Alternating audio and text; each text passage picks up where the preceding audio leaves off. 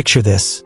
You wake up, roll over in bed, and there's nothing between you and a 500-foot drop except a sheet of glass and a few steel rods drilled into solid rock.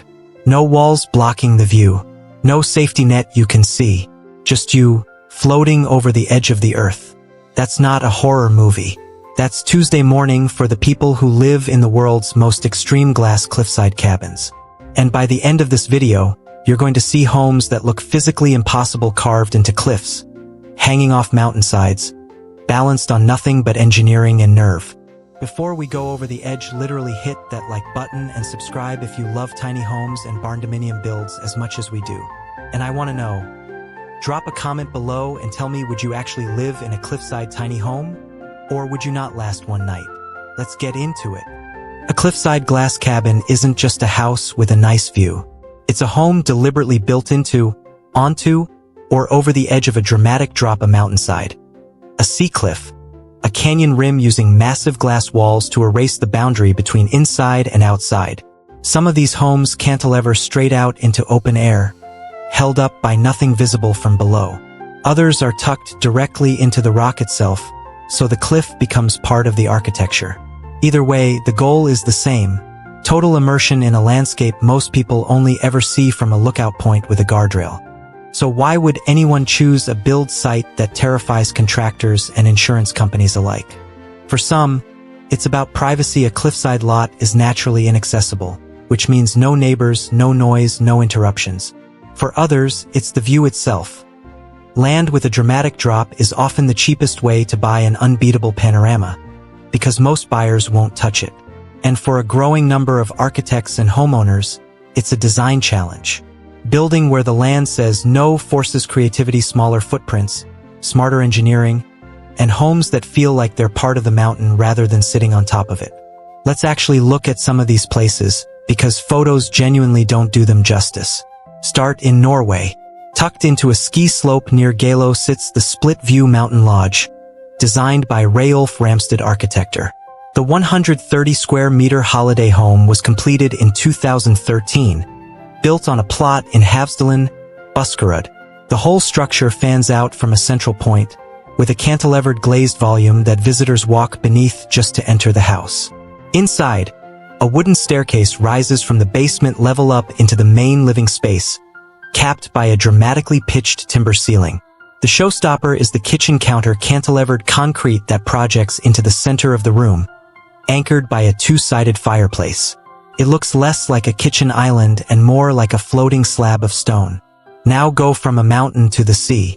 In Greece, architecture firm OPA designed a concept called Casa Brutale, imagined for a cliff above the Aegean. The design is an upright glass home built from wood, concrete, and reinforced glass, with nothing extending above ground level, so the structure appears to grow directly out of the rock. Its most famous feature is a rooftop swimming pool with a glazed bottom, doubling as a giant skylight that fills the entire home below with rippling, watery light.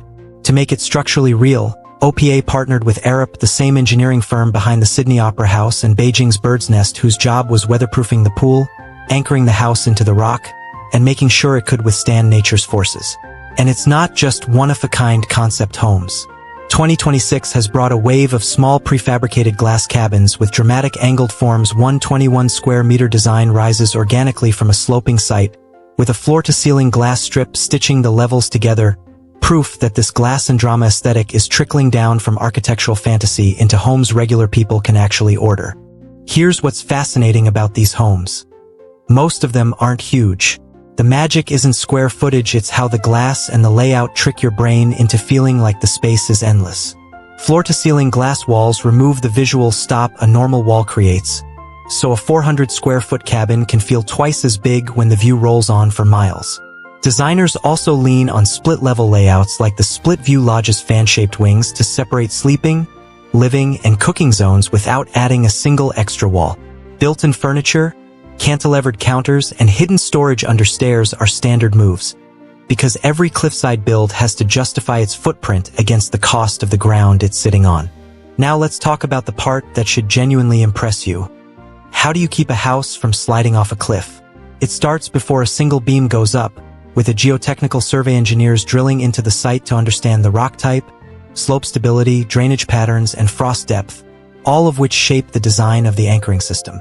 From there, builders typically rely on rock anchors or micropile steel rods drilled deep into bedrock and grouted in place to provide the tensile strength holding the structure to the mountain. For cantilevered sections, the parts that hang out over open-air heavy steel I-beams or box girders run from the anchored side of the house through the projecting section, essentially borrowing strength from the grounded portion of the building, sometimes reinforced with hidden concrete counterweights. Some designs go further with hybrid foundations that combine piers, grade beams, and retaining walls to create multiple stable zones of support across an uneven slope. This is not a job for a general contractor with a level and a prayer. It requires geotechnical engineers, structural engineers, and steel fabricators working together from day one, which is exactly why world-class firms like Arup get called in on the ambitious ones. Let's be honest about both sides. The advantages: unmatched, unobstructed views that no zoning law or neighbor can ever block. Genuine privacy, since most cliffside lots are naturally hard to reach.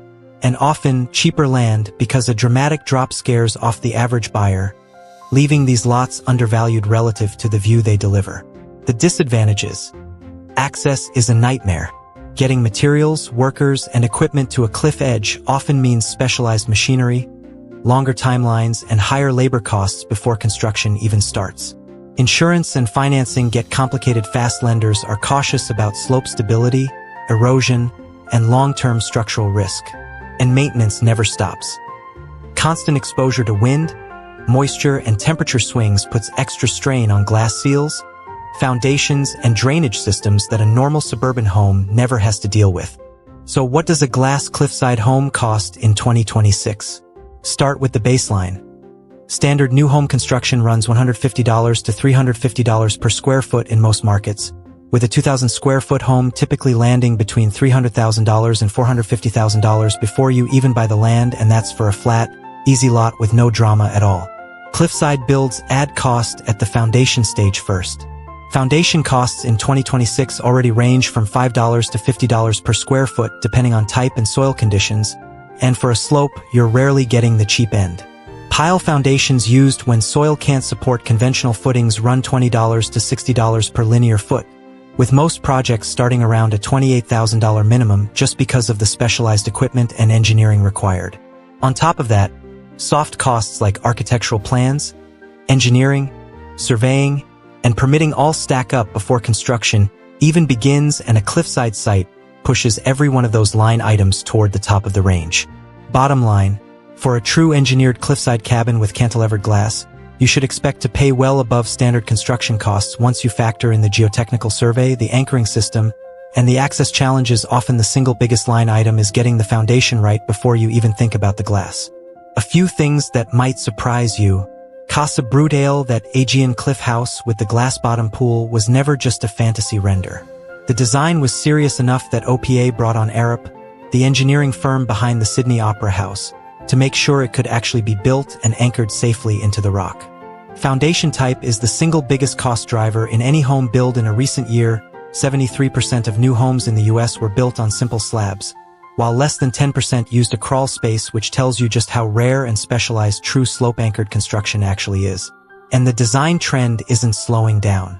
2020 SIXS tiny home plans increasingly lean on glass panels specifically to make walls disappear and pull the outdoors into the design. The same philosophy driving million-dollar cliffside concepts is now showing up in affordable tiny house kits. So after everything you just saw, the mountain lodge in Norway, the pool-roofed house buried in a Greek cliff, the steel anchors drilled straight into bedrock, would you actually live on the edge like that? Tell me in the comments. Cliffside glass cabin, yes or absolutely not? And if you want more real, honest breakdowns of tiny homes and barndominiums, the kind with actual costs and actual engineering, not just pretty drone shots, subscribe, because this is exactly what we do here. See you in the next one.